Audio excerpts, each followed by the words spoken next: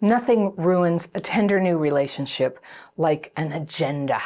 If you rush in with someone with a big plan for how you want it to turn out, you can completely miss the information that they're giving you about who they are, what they want, and how they feel about you. Now, maybe you project on someone that they're perfect, or that they're marriage material, or maybe it's your timeline, how fast things should happen in your mind, what's got to happen on that first date and the second date. Maybe that's what you're projecting on people. But agendas make a person very intense and not present. And most people, especially the healthy ones, will pull back from that. If you had childhood trauma and it's driving you to be super fixed on where you want this relationship to be, then the other person's recoiling will be very triggering for you. It'll confuse your perception about what just happened, and it'll trigger abandonment stuff that might make you attach even harder to the person who just pushed you away. Maybe you do this. I call it eroticizing rejection. My letter today is from a man I'll call Jason, and he writes, "Hey, I'm 31 and I met Ginny, who's 25, 3 months ago through online dating. I quickly took the initiative and I organized a dinner date. She was my dream girl, almost everything I wanted in a partner. All right, I've got the fairy pencil. I'm going to circle things I want to come back to. But right now, I'm just going to read through so we can find out what Jason is saying, and then I'll come back and talk about it. All right. I was a little nervous, but nowhere near as nervous as she was. She was so beautiful, but yet the most shy person I'd ever met. Things went well, but I could tell kissing was too much for her at the end of the date. After the second date, I went for it, and she was very frozen and shy about it, so I cut it short. Even still, texting later that night, she seemed happy and excited to meet again. She kept apologizing for being so awkward and said it had been a very long time since she had dated. On the third date, we talked a bit deeper, and I realized more and more she was the kind of girl I liked a lot due to her values and upbringing. But then she hinted toward an abusive ex and some trauma. She also told me that she had terrible self-esteem over her teeth, but had since got veneers, and they were perfect now. She'd often remarked that she had to take things slow, but I had sworn I saw plenty of subtle cues of interest, such as playing with her hair, not pulling away from a gentle hand on her lower back, and that kind of stuff. I thought the first kiss had been too public, so I tried to do it more privately at the end of the third date.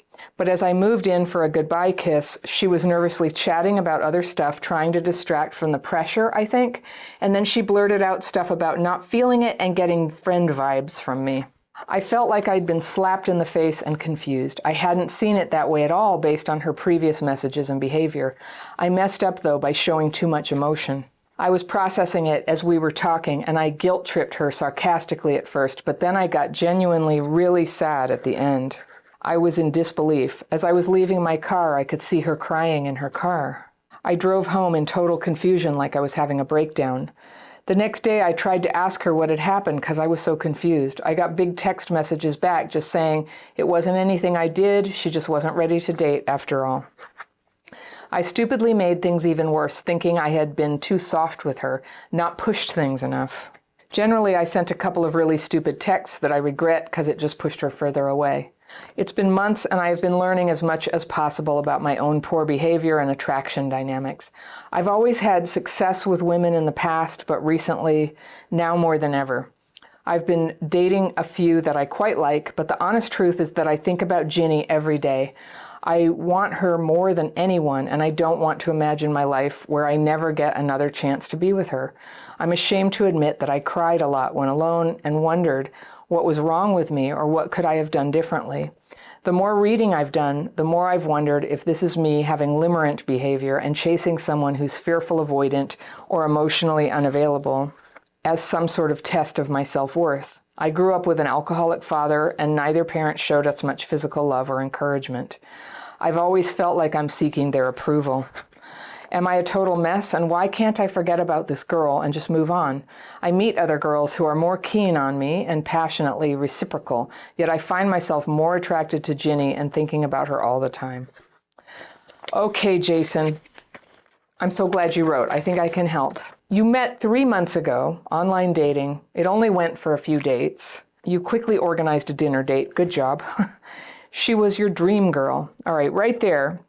I know that that's common language and people say it all the time, but just because of the particular flavor of your CPTSD, I would like to suggest that you flag yourself when you say somebody's like magic or dream girl. So what it is she had a lot of characteristics that you loved. You say almost everything I wanted in a partner, but you can't possibly know that when you first meet somebody. One of the things that I know you want in a partner is that they would really, really love you. So she didn't have the most important thing that would make a relationship possible. So I'm just saying that as people with CPTSD with an attachment wound, this thing where you couldn't get that approval and connection and love from your parents, that is really going to do a number on how you choose people and how you interpret what's going on. And there's this feeling I get from you, this is just a feeling, but it's this, you seem as if somebody who had to really figure out, like, how are you supposed to act? And then you do that you're having trouble, like, operating out of your true feelings.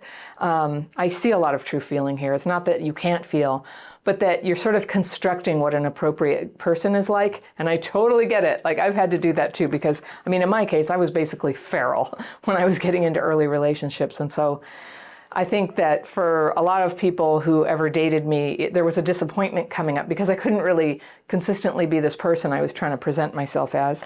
But we do that because there's such a lack of confidence in our own perception, in our own worth, and that would definitely go along with not getting approval. So you had this first date and it was awkward. You knew that you could tell that kissing was too much. And you know, people have very different opinions about this. And sometimes if there's a huge attraction, people can just kiss right away. Sometimes kissing is way inappropriate in the first 3 dates. It's so dependent on the people and the situation and the vibe and what the goal of those people is. And so kissing, you know, it's customary to think of kissing as no big deal, but there's like, you know, there's all this stuff about courtship and getting to know somebody. And if sex is here, kissing is like here. It's actually quite close. So another thing that I'm going to recommend to you, because you're somebody with CPTSD and because you may very likely end up dating women with CPTSD or who have, you know, they have a fragility around their boundaries and about getting close or intimate or sexual. That's common, and especially in traumatized people, and we do tend to attract each other, right?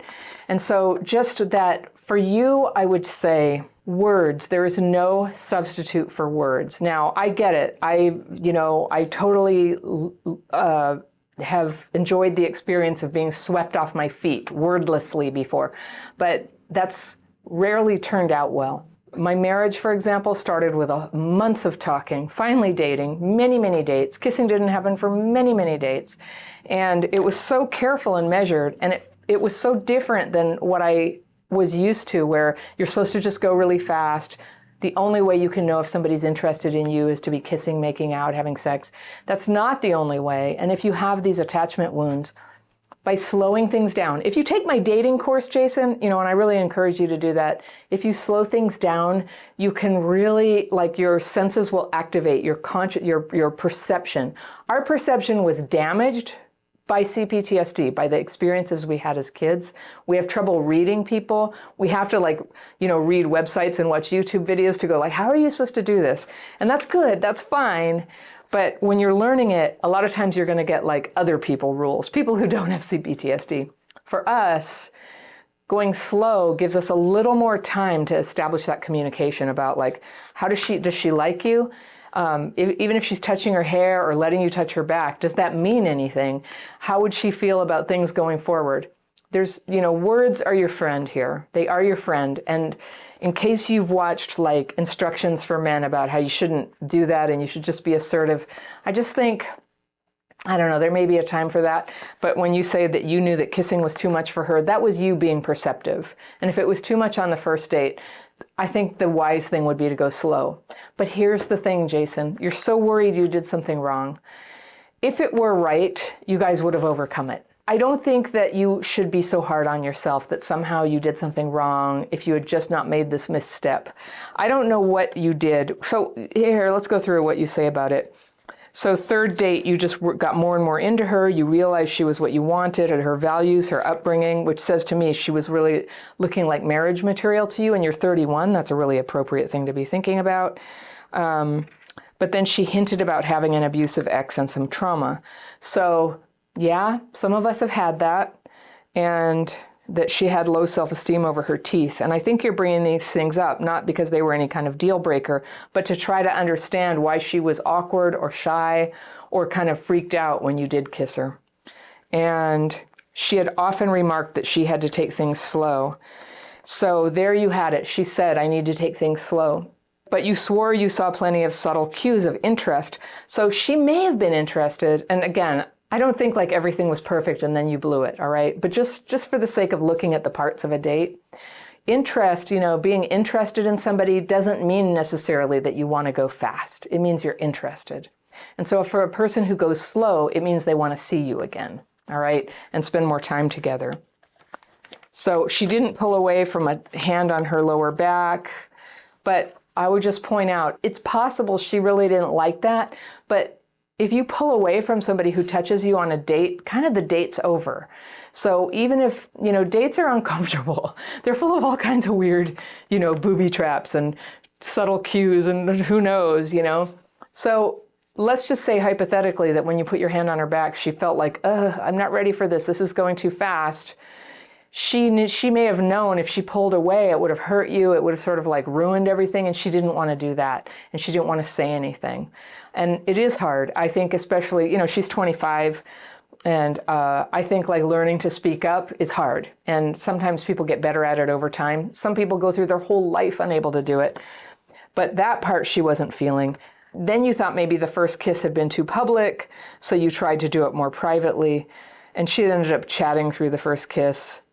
Here's what I'm hearing. I think she just wasn't that into you. She may have had trauma. She told you flat out that she wasn't feeling it. And so she had said, I want to take things slow. I'm not feeling it. And I would just take her words at face value. I think that if I had to guess, and you're asking me to sort of interpret what I can from this, that's what it was. She wasn't feeling it. And it's, sadly, it's so entirely possible. We've all done it, where you just love somebody. They're just so beautiful and amazing in what you want, but they don't feel it back. And that's why we have literature and tragedies and theater and music. It's so much of it is about that very phenomenon. Unrequited love is so sad. So you tried to ask her the next day, this was so sad. You saw her crying in her car.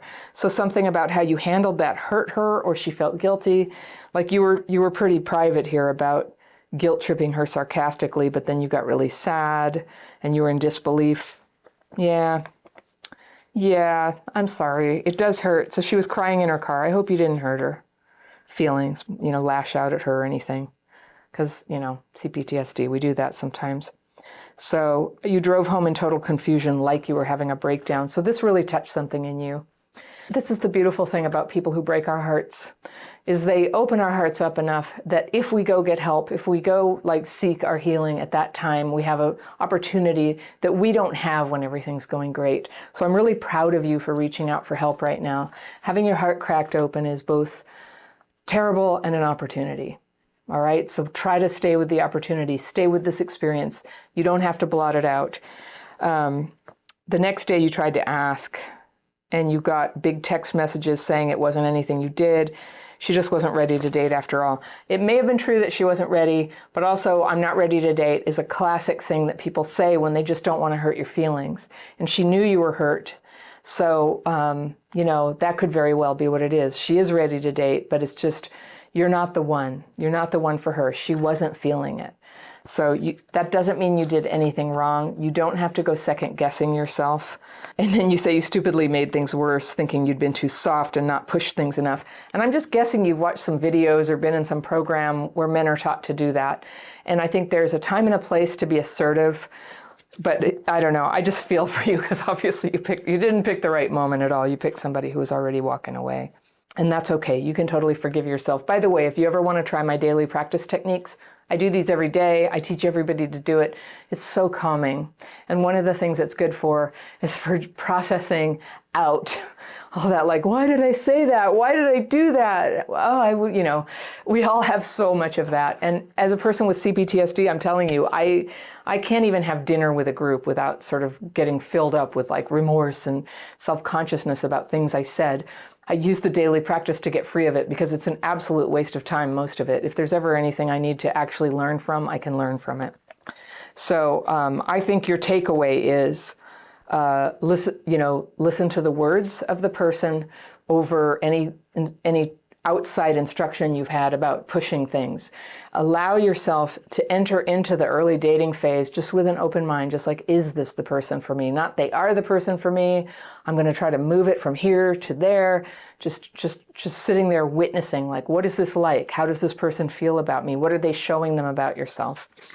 I think it's awesome though that you're willing to take the lead, and it's healthy to ask someone out. It's healthy to ask them to dinner if you met online. And so you are so much on the right track. But it's been months and you can't stop thinking about her. You're dating other women. It's going well. And women like you, but you can't stop thinking about this one person and you're wondering, is it limerence? And it could be teetering into that. This is somebody who declined to continue dating you. And yet you feel so much like it's the perfect person. Now, I've been there. That's not necessarily crazy of you to feel that way. At a certain point, if you wanted to, you could reach out and just let her know how you feel and see what happens. Okay?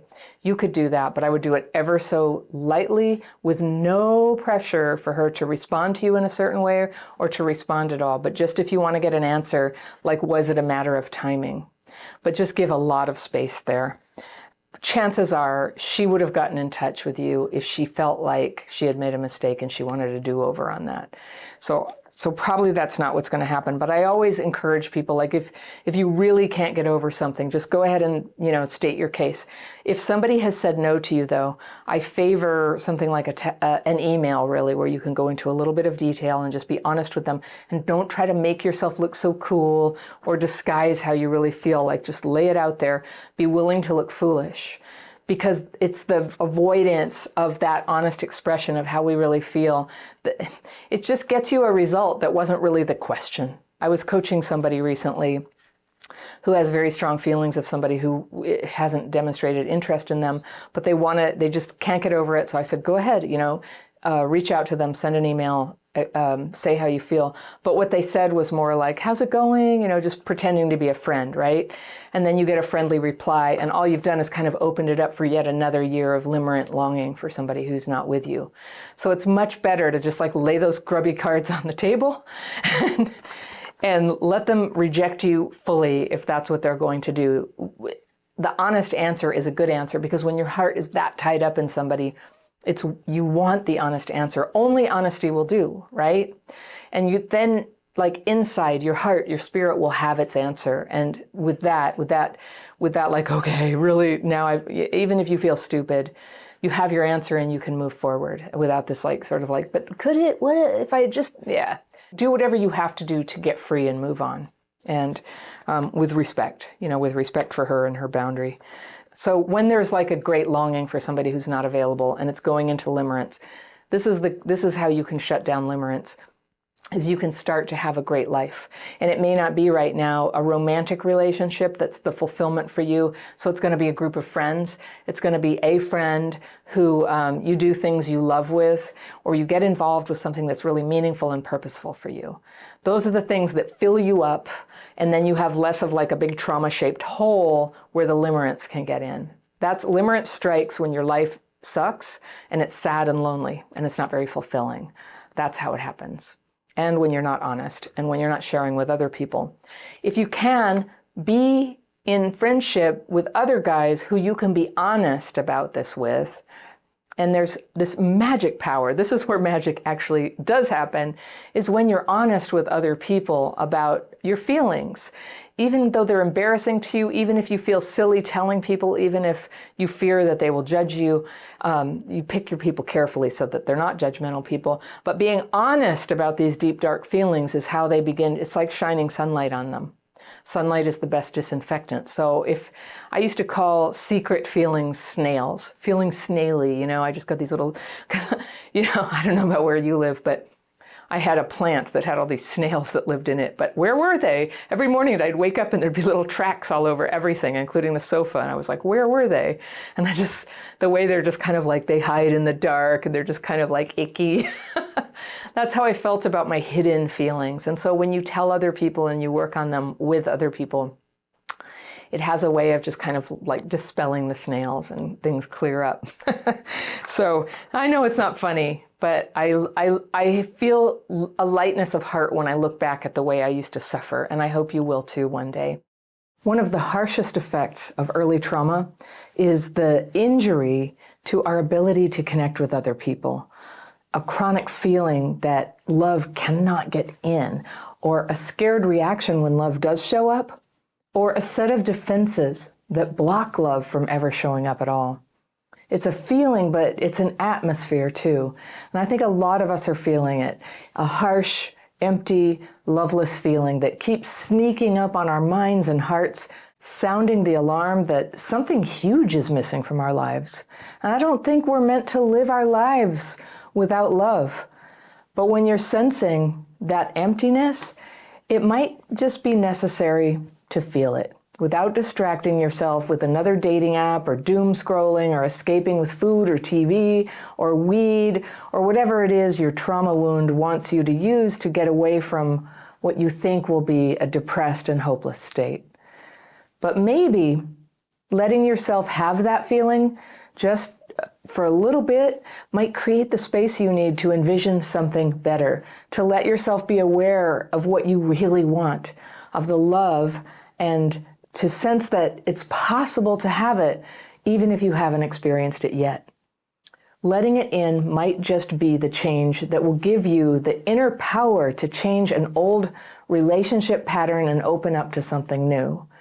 Now, I know I'm always saying how critical it is to face reality, to not get stuck in blame and fantasy that completely gives away the control of your own happiness, because that's fatal to your progress. But real love is not a fantasy. The fact that you long for it is natural and right and needs to be listened to. And that's why I'm saying that the emptiness you feel is trying to tell you something. It's a gift. You will need courage to accept this gift, which means facing that emptiness for now and letting the tears come if you have to, and letting the awareness come too that you've been suppressing about the nature of your loneliness. Not so much where it comes from, we know that, but why really is it happening now? And what would it take to free yourself to change and heal so that you could, in increasing ways, open yourself to love? With childhood PTSD, it's so common to feel, especially after an experience of loss, like we're outside of love, like other people are in this world of goodness, but we're stuck outside the gates, like orphans. But remember, you can't be exiled from your own experience. Alone is always where we start, but our healing from all the false ideas that trauma taught us can bring us forward into being in love. In it, inside it. And by that I mean feeling it, sharing it, knowing it, having the highest experience of it that people can have, at least a little bit in your life. It's that full experience of love that everyone is longing for. It's not really a thing you do or you get. It's a state of consciousness that you enter. And I think this is why it feels like a walled city when you're on the outside of it.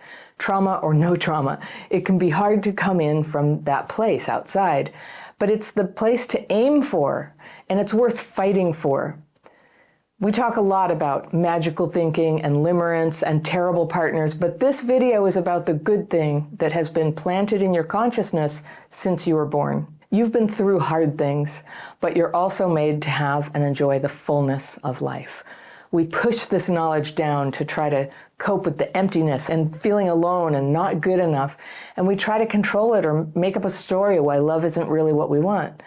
But what if you just let it happen with all the dignity within yourself and the safety of knowing that the grief of what you've lost or what you haven't found yet will pass?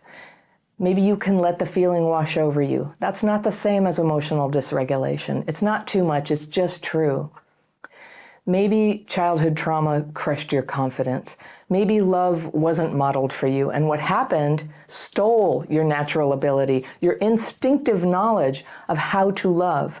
And though you've created a lot of good in your life, it drove you toward the sorrows and regrets that are now haunting you.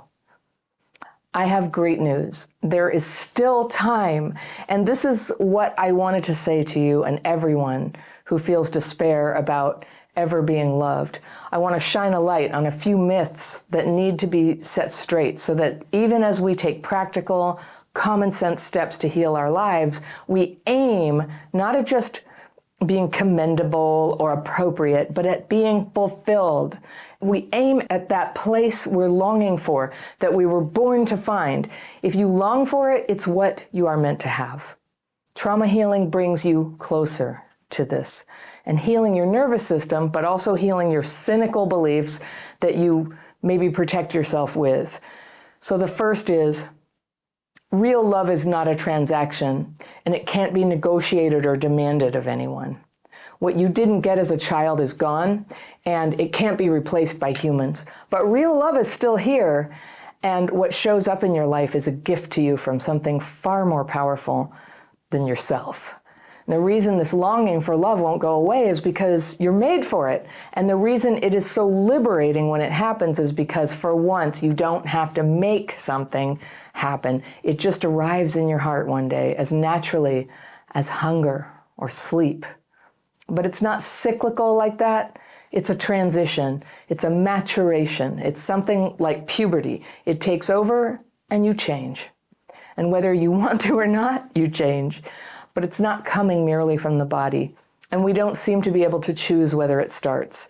We can choose a lot of things, including many forms of love, like duty and service and being part of a family and taking care of other people. And those can go a long way toward healing that emptiness. But that big love that's signaling itself through the emptiness you feel is not something you can make happen. It's more like it makes things happen through you. Good things, even though it can make things pretty messy at first, that ultimately benefit you and the other person, and perhaps everyone. You can screw it up. You can distort it and try to turn back into some kind of negotiator for love, or try to make it happen, or get obsessed on it, or destroy it even, because everything good in life can be abused. And if you have childhood PTSD, you've already absorbed way more than your share of that. But you can't remove real love out of existence so long as it's flowing through you. It may be inconvenient or terrifying, but when it's happening, even with all the emotional overreactions of CPTSD, all you can do is your best. Just try to be honorable. Don't be a jerk. Don't act like an entitled little kid or like an emotional blackmailer. We just have to do our best, even when we don't know where it's going. Even if it usually turns out that you don't get what you would have wanted, there's a way to go through it that deepens you and makes you stronger. And you've been conscripted, drafted into the greatest project of all time to bring more love into the world. There's no greater good.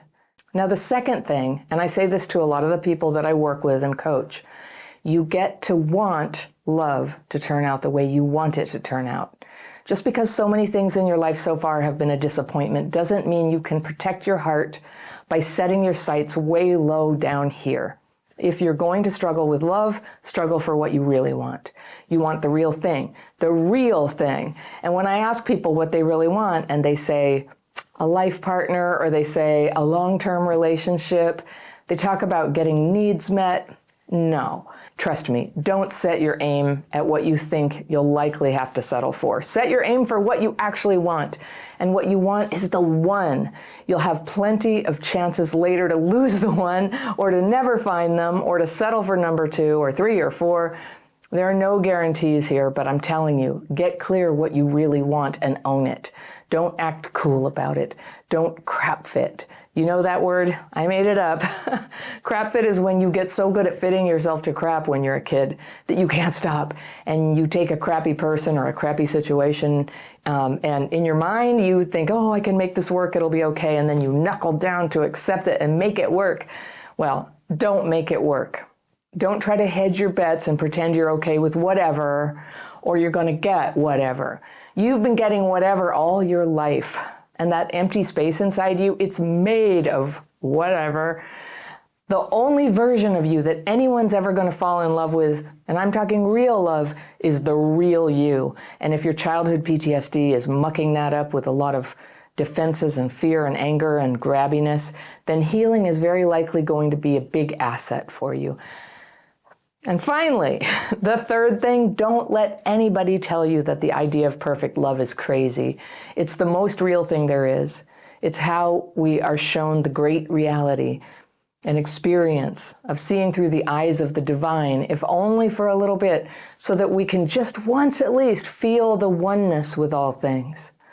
That is the place where our souls live right now, all the time, even though we almost never feel it. Trauma can tear us out of knowing this, but it can't actually take that away. You are part of it, and through your love of another person, if you can keep healing and stay open to it, you can experience it, your oneness. Now, maybe you've experienced this before. It's not a trick played by chemistry, it's your awakening. It's an intense spiritual experience for anyone. And if you have that trauma in your past, your attachment issues can kick in and you'll want to grab hold and stop the fear, and unfortunately, this can take you out of it. It doesn't always work out like you'd hoped, but it expands you and it raises you up into who you really are. I get letters from people, but you don't realize I'm almost 40, or I'm 50, or I'm 69, or I'm 80, I'm 75. Here's what I learned from my friend Gladys, who found her great love at age 80, just a few years before she died. There's still time, and for all you know, the greatest love that you could possibly know may still lie ahead of you, especially if you keep healing from what happened in the past. And that longing you feel when you're lonely, especially now, has a message for you that it's real and it's pointing the way toward home. For people who didn't dare express themselves or cry or have needs when they were kids, it can be a hard road growing up and learning to be in a relationship for real.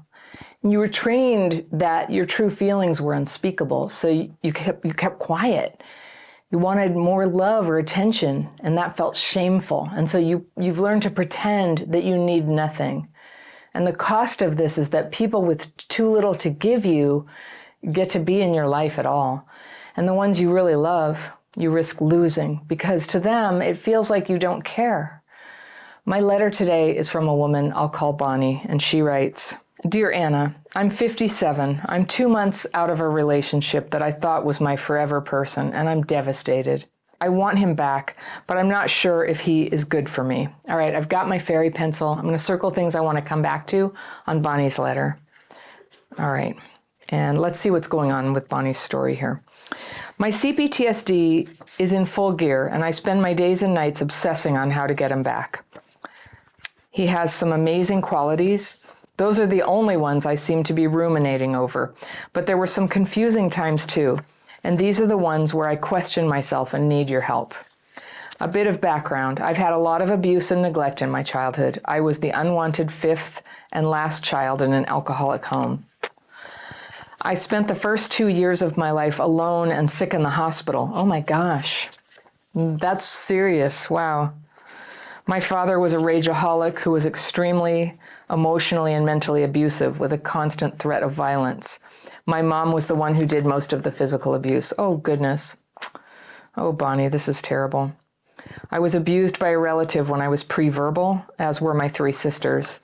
I also was abused a few other times as well, but I'm quite detached about that. My parents left me for long periods of time, punished in my room for the smallest of transgressions. I used to fall asleep with my ear on the vent on the floor just to try to feel some sort of connection with the world. I wet my bed nightly, so when I woke up every morning, I was filled with dread because I knew I would be punished with either violence or isolation. Oh, goodness. I lived like a plant, quiet and still. Don't laugh, don't cry, don't get angry or else. I knew staying quiet was key to my survival. All right. You certainly have insight about yourself. My pattern in relationships is so predictable. Meet a guy, fall in love, don't have any feelings or needs, just be hyper-focused on fulfilling their needs, never get angry, don't speak up, and life will be great. Until it isn't. Eventually, I get so tired of feeling invisible, I leave. Rinse, repeat. This last fellow, same deal. There were so many things I loved about him. We moved in together early. He told me I could buy into his house, that we would be equal decision makers regardless, and that we would pool our resources. Then when I got there, none of that happened. He changed his mind and never told me. The house we were in was his family home, so when his adult kids came home, he would check with them as to what color to paint the walls, where to put the furniture, etc. Their choices trumped mine, even though they didn't live there. I felt so unimportant and unseen, even though I often never told him. He could also be very controlling. He would interrupt me constantly when I was talking to talk over me, and mostly prioritized his own feelings and needs without considering mine. I'm still so hung up on all the good things about him, and there was a lot. I just can't let go. I can't help but think if only I spoke up more, tried to negotiate my needs, instead of staying quiet and ignoring them, it would have worked. It's possible you're right. Okay. Also, with him keeping our lives so separate, I felt very vulnerable in the house, knowing I was in with both feet, but he didn't seem to be. I just can't seem to let go, and I'm suffering a lot as a result. I'm still hoping he reaches back out to tell me he wants to work things out, but with each passing day, I'm doubting that more and more. Thoughts? Okay, Bonnie, yes, I have thoughts. So a lot of times I'm helping people realize that a relationship is no good and that they've already been left when they're pining away for somebody, but sometimes that's not my impression. I think that you have hit the nail on the head, that it's quite possible that if you had expressed yourself, if you had told him what bothers you about the paint and the kids, and if you had told him how you really feel and let him know when you were hurt, he would have had a chance to talk to you about it. You know, it concerns me that you say that he was also very controlling, that he would interrupt you constantly and talk over you and mostly prioritized his own feelings and needs without considering mine. And I would just say that if you're not expressing your feelings and needs, is it possible you were expecting him to just know? You know, they call it mind reading. But if you couldn't express it, how was he to know? And if you were being meek and not speaking up and just be quiet and there won't be trouble, I mean, you described yourself that way. Was it perhaps easy for him to do the talking and not really hear that you were trying to talk?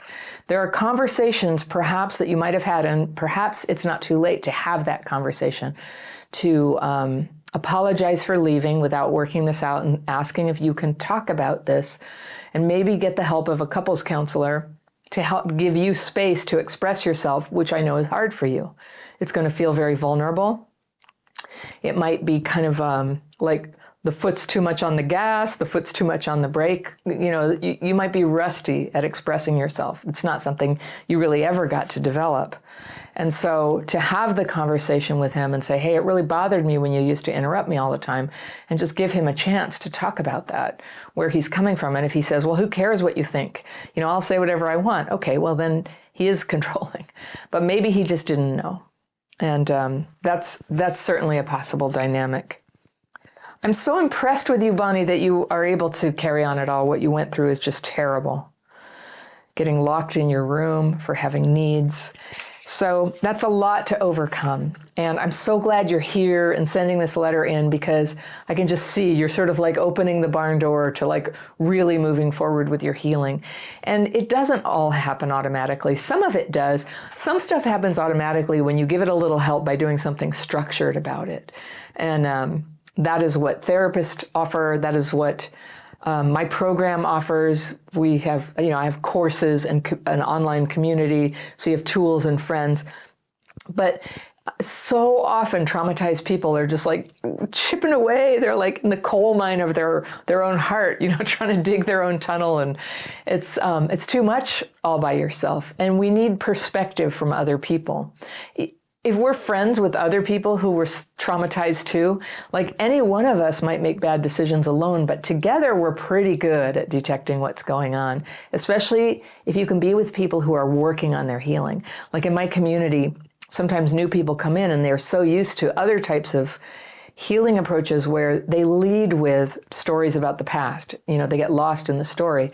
And in my program, it's not forbidden to talk about the past, but we don't really expect the healing to happen through those conversations. It comes through tuning into what's happening right now. When do your trauma symptoms kick in and start undermining the way you communicate or stop you from communicating? And can you gently, slowly develop a new way of handling those moments so that you can come forward a little bit bravely and safely? And there is a way to do that. That's what we do. That's what we do. I think you might love it, Bonnie.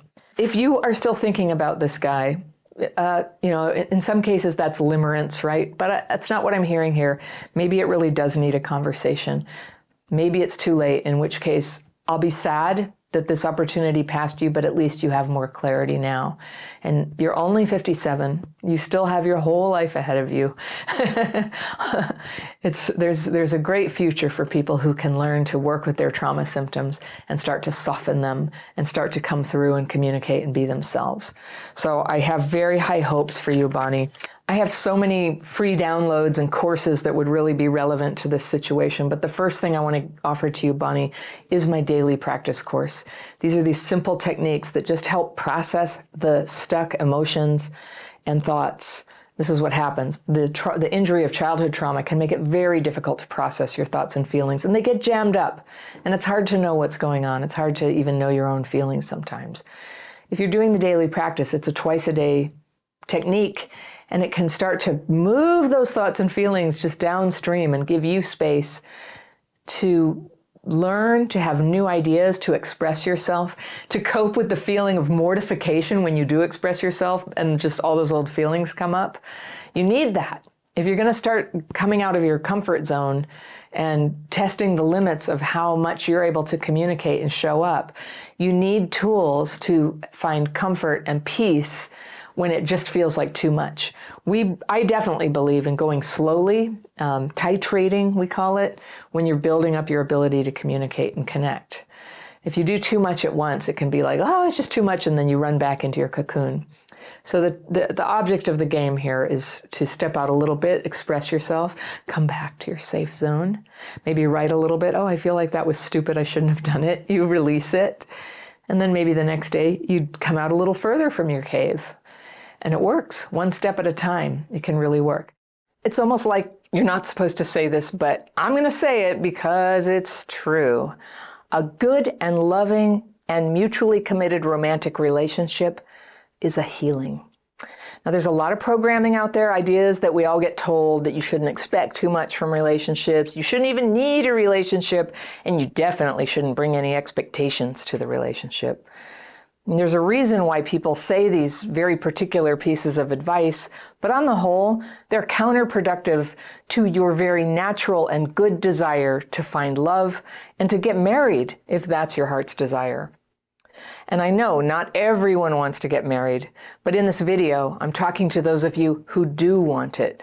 No matter what Kool-Aid you drank or programming you received from toxic parents and a culture that loves quick gratification and shuns deep commitments, it's okay to want marriage. Your longing for it is a sign that it's right for you. And if that's your heart's desire, even if relationships in the past have been a disaster for you, or you can't seem to find anyone, or you're feeling totally lost in how people do this thing called love, I'm going to walk you through some steps you can take to prepare yourself to overcome problems that have held you back in the ways that really matter for healthy relationships, so that you can move past this phase of your life when your need to be loved for real hasn't been met. You can go into a new phase where you grow into being someone ready for love. Now, ready is a very powerful state. So how do you get from where you are now to ready? Basically, if you had trauma as a kid, romance is one big area where you don't just end up, held back and thwarted in the natural course of your development, but you can end up with new trauma. Yeah, if you're traumatized, relationships can bring new trauma, something even worse than the trauma that wounded you in the first place. Now, your intention is to meet someone to fall in love with, who loves you and who's a solid person and someone you can trust. And then when you think you found them, bam, they can let you down. And this is a nearly universal experience for people whose emotional needs were not met when they were little. It's a blind spot. It's a broken picker, as some people call it. You just can't quite pick the right people.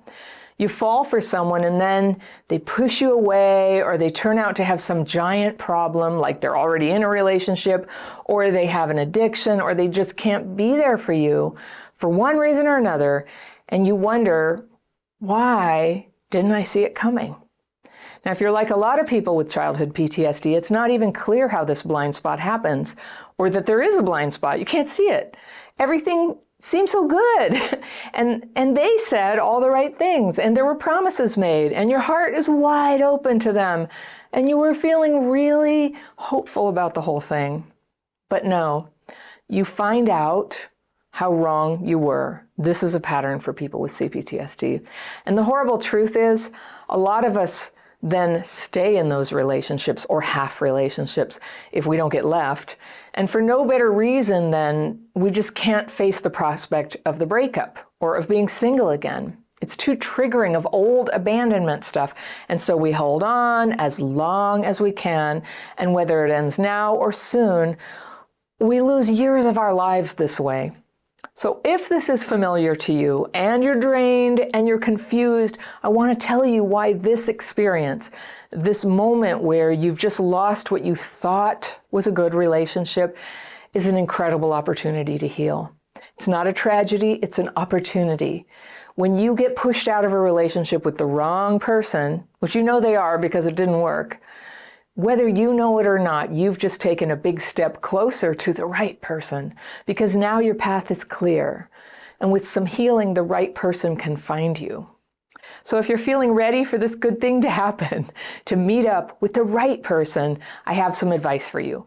The job in front of you is not to run out there and meet someone, not yet, but instead to raise the brightness of what I call your cab light. Have you heard me talk about this?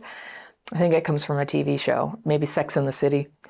They kind of nailed the concept by calling it a cab light. And you know how a taxi cab has a light on top, and when the cab light's off, it means there's already a passenger in that cab. But when the light is on, hey, it's free. You can just put your hand out and the cab comes and it's for you. Well, this is a metaphor that refers to the vibe of someone who is ready and open to meet a really great new person. A cab light. Now, what happens when your cab light won't come on? Has this ever happened? You feel ready to meet someone, you're thinking about it all the time, and maybe you're reaching out to people and putting in a lot of effort, but it's like no one can see you. You're not attracting interest, or you're attracting interest, but not the right kind or not the right people. That's a broken cab light, by the way, where you're trying to meet someone, but the only ones noticing you are people who are not safe, not appropriate, or not actually available to you. And if you're feeling anxious to meet someone, it's tempting to just rush in and think, oh, well, I can make do with this, or maybe I can make this work. Have you ever done that? No. Where you bond with that person and then you realize who they actually are, and then you spend the next 2 years trying to retrofit them into the person you hoped that they were the first time you met them. And you know how that ends. It's exhausting, it's demoralizing, it breaks your heart. Now, if you've done it more than once, it's really important to heal this part of yourself that takes unworkable people on as projects. Because unfortunately, you could spend your whole life suffering over it when instead you could be loved. So when your cab light's working properly and it comes on, good people show up in your life. People who are appropriate, interesting, totally thrilled to be with you. And as you get to know them, you can find out if there's truly a match there. But the pool you're drawing from is a better pool. It's a pool of people who see your light, not a cesspool where people will just knock into you. Okay, I don't know, calling it a cesspool is kind of gross and harsh. But if you can't see red flags, there is a world of pain that gets into your life via your romantic hopes and your sexual desires.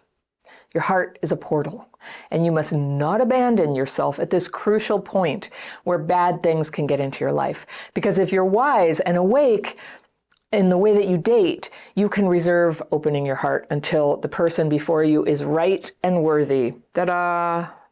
So how do you make this shift to care for your heart in this way so that it's safe to let your cab light shine bright?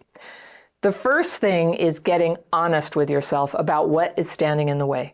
If you grew up with trauma, like abuse, abandonment, being demeaned, going hungry, not protected from danger, these hardships, even when they're over, can leave traces all over your life, like wounds, blind spots, pockets of low self-esteem that leak out even when you're on your best behavior.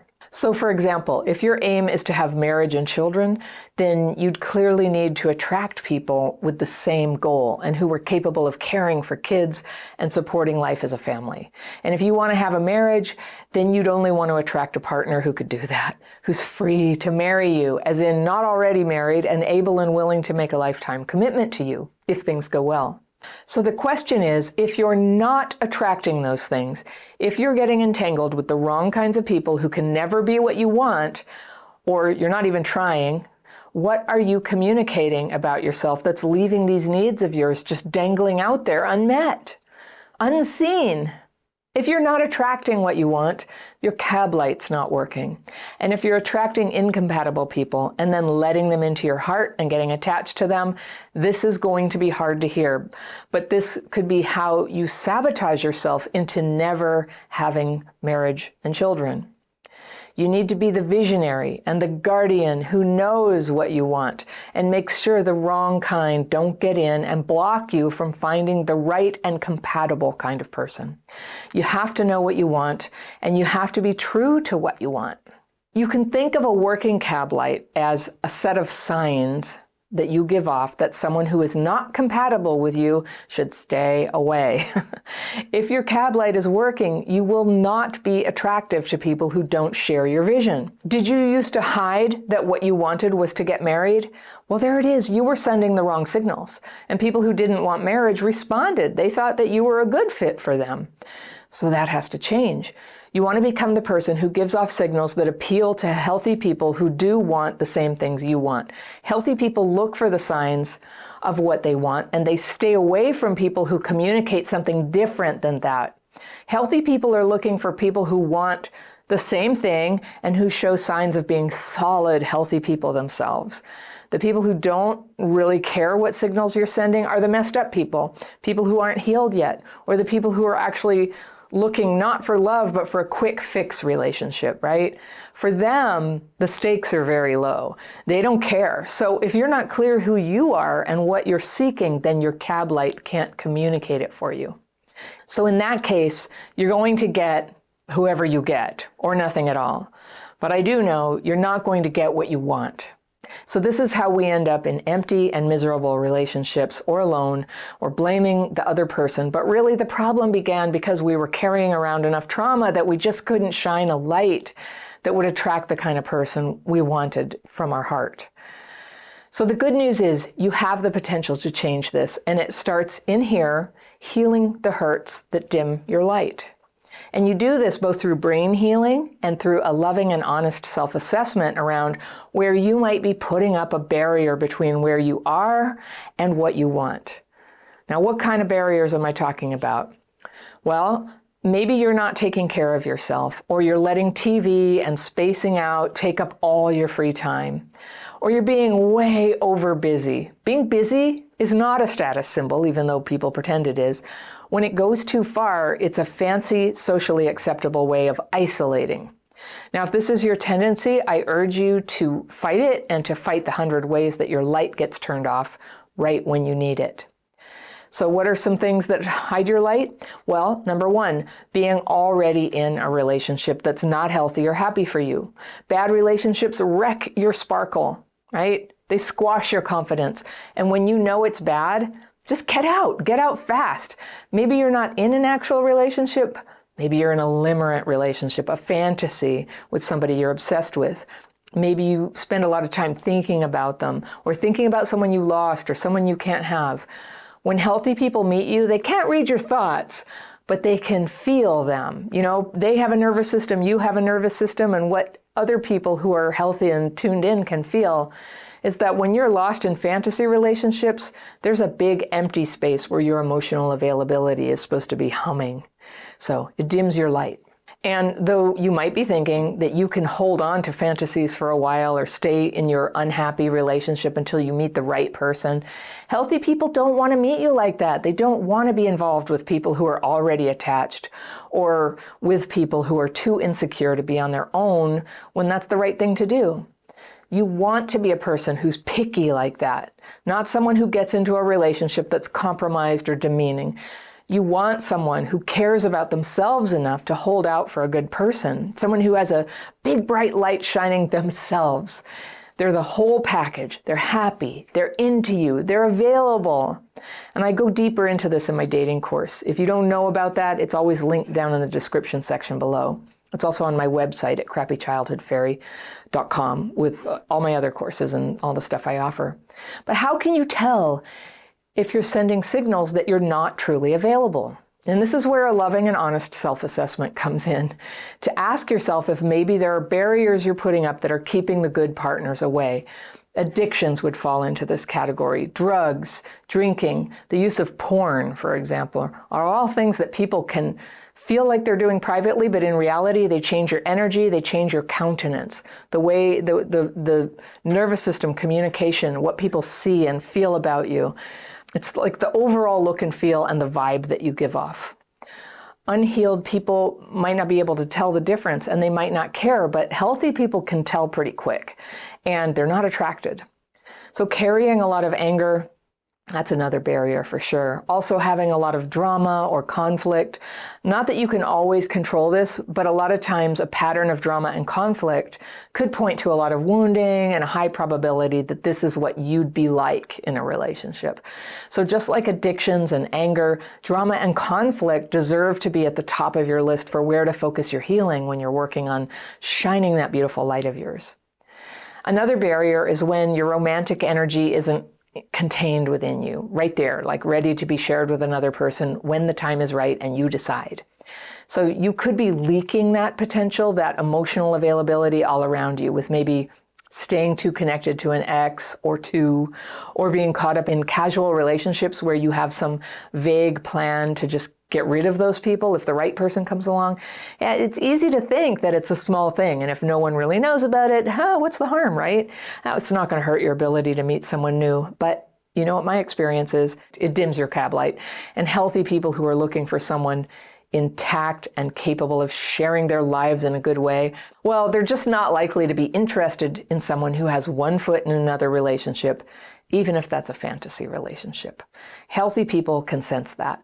They're looking for a bright cab light. They're looking for someone who is totally there, who's honest with themselves about what they want, who's mostly healed. You know, nobody's perfect, but they're free of past entanglements. And it might be hard to hear, but I'm telling you, it's a very powerful shift to make. So even though it's been hard in the past, you can have great relationships. It just takes a little extra healing sometimes.